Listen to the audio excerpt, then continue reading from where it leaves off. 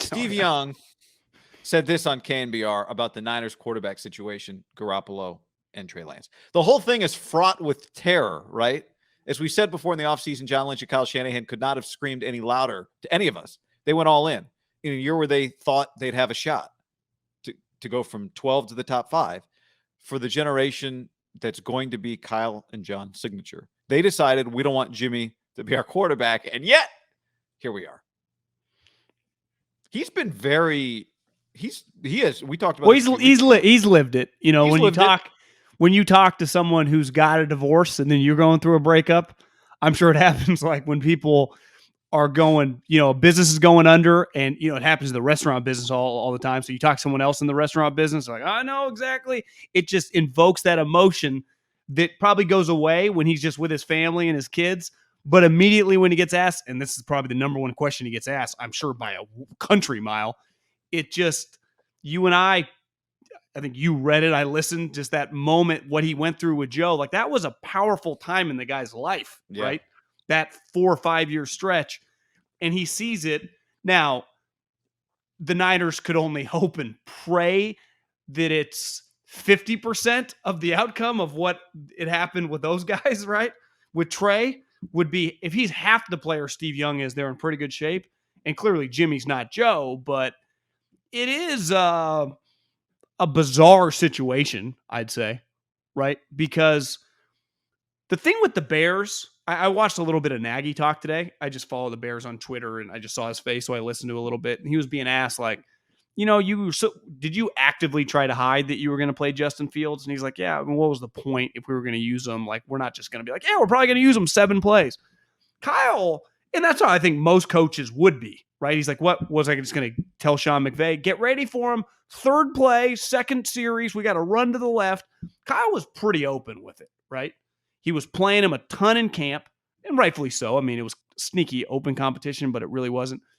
And then he was just like, yeah, get ready. And then the last preseason game, that was nuts. So I don't think he kind of acted like, I don't really have anything to hide because I don't really Not care. like McVay was tricked, but yeah.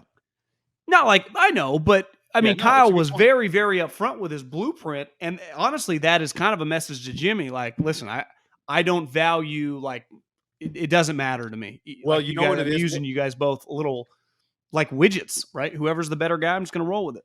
Well, but see, that's what Steve Young is saying, is like at a certain point, it's not about who's the better guy.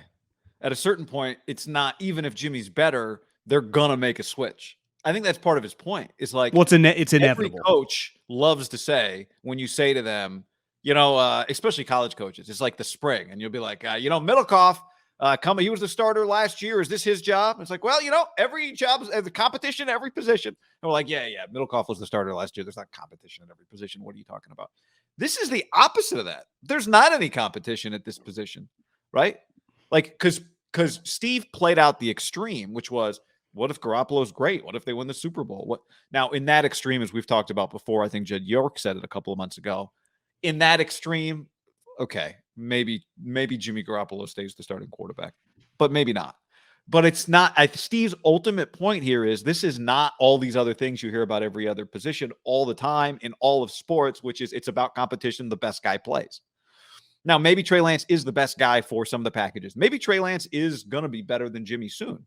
Some people think he's better now, but it's not. That part of the equation is taken out of this. There will come a point, even if Jimmy is better than Trey Lance, that Trey Lance plays over him. Yeah, and, I mean, and if he's better than Trey Lance still at that point, then the Niners have a different problem. Right. I mean, they're likely to just rig it next year, just get rid of Jimmy and give it to Trey. I think the problem, and I think you hear a lot of players, non-quarterbacks, say it's just easy to pick a guy. Think of the team they're playing this year. Think of what that situation, and it was way different, right? Like, once they made this trade, this guy's going to play, whether it's week 1, whether it's week 8, whether it's week 1, 2022. But it was 100% clear to everyone in the NFL, every fan in the league, every human being, what was going to be the outcome. But sometimes it's not, right? When you took Jalen Hurts 2nd round over and you had Carson Wentz, and think how weird that got immediately.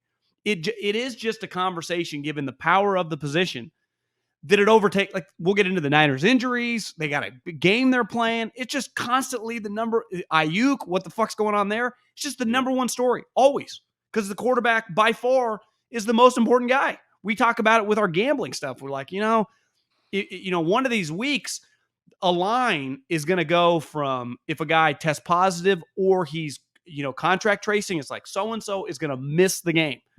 A line could go from like -7 to -14 before you even blink. And that would not happen with a receiver, with a tackle, with a corner. And that could be Trent Williams. That could be Jalen Ramsey. The line might move like half a point.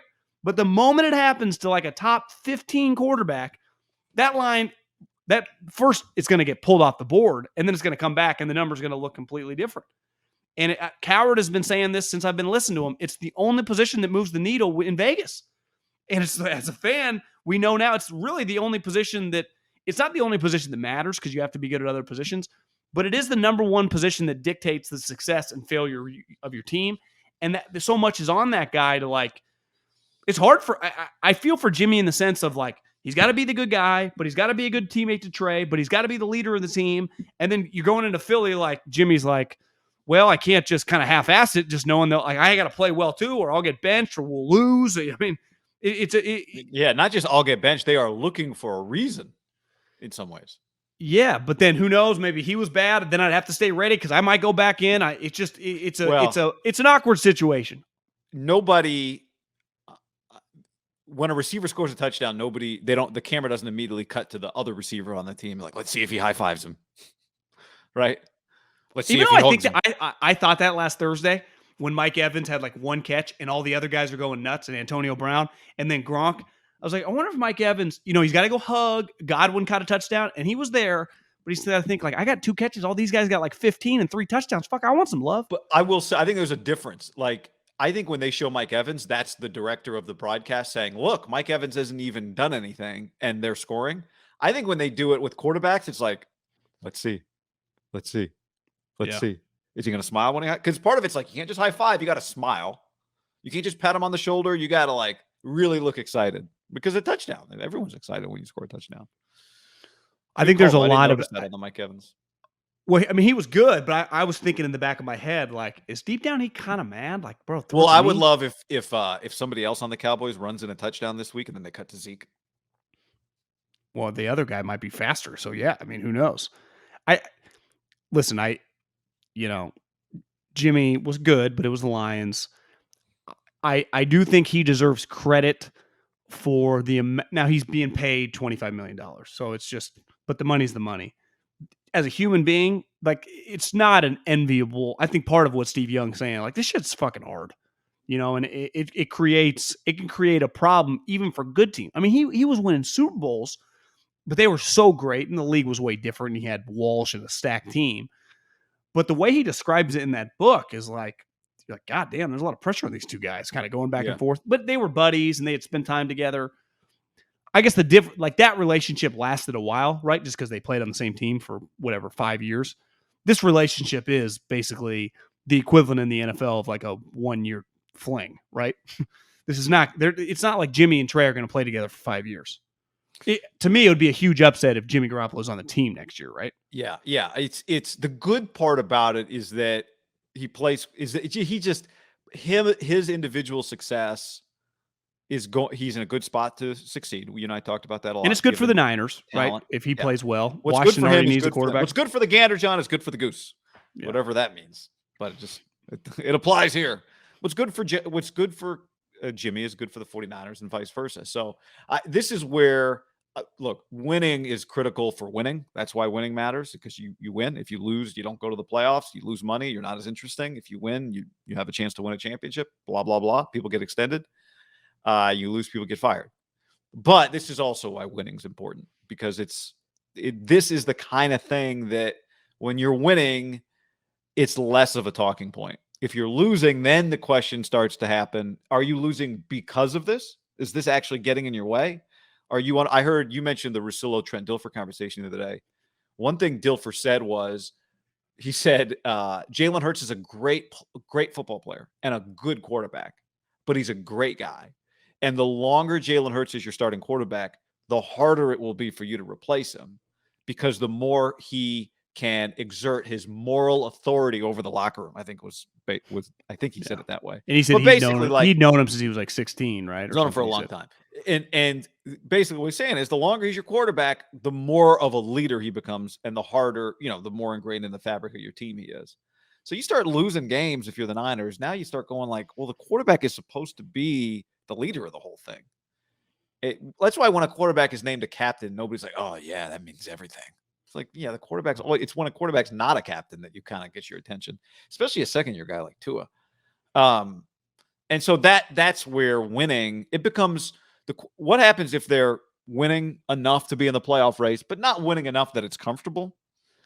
And the question then becomes like, is this thing creating a distraction for them? There's just a lot of extra noise that you don't want to have to deal with, and you don't deal with it really when you're winning.